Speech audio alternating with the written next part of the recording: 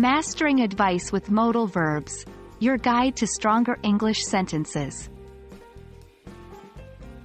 Hello everyone. Today we're diving into the fascinating world of English language learning and focusing on the grammar fundamentals, specifically verbs and tenses. Within this broad domain, we're zooming in on modal verbs, and even more specifically, the use of modal verbs for advice. We're going to examine the structure of sentences with modal verbs for advice. Let's begin.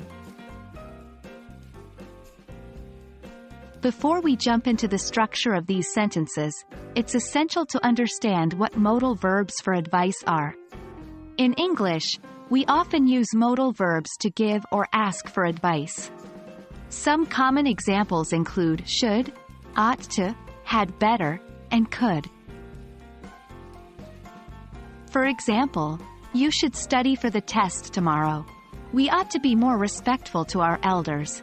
You had better leave now if you want to catch the bus. You could try a different approach to solve this problem.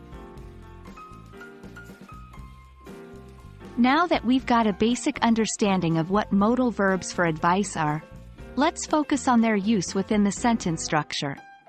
The basic structure is subject plus modal verb plus base verb plus object. For example, you should drink more water. They ought to save more money. He had better wear a coat. Remember, we use the base form of the verb after the modal verb, without any modifications. For example, we say, you should go, not, you should goes.